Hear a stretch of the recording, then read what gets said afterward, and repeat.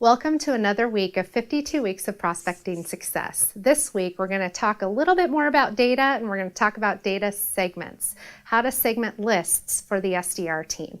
Now, we started talking about data in week 2 and how I should segment my time to focus on building a list versus making the call. So this is for that next level of people who've already started doing that. Now what comes next?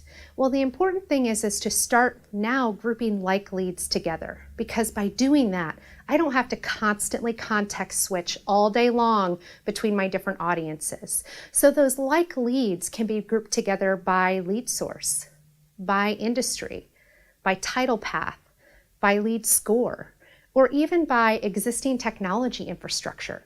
Any of those pieces and parts allows me to use customer references that are more relevant or benefit statements that are more relevant to the need of the actual individual or environment that I'm calling on. Finally, if you feel like getting really crazy, you can actually take those segments and do A/B testing with your messaging.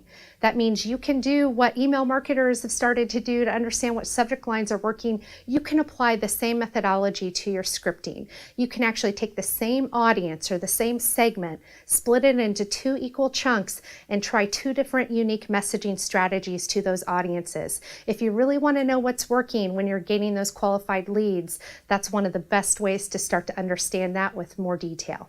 Thank you so much for joining me this week for 52 Weeks of Prospecting Success. Don't forget to follow us on YouTube or LinkedIn, and make sure to send your questions to Twitter via hashtag 52weeksdr. Happy calling, smart prospecting.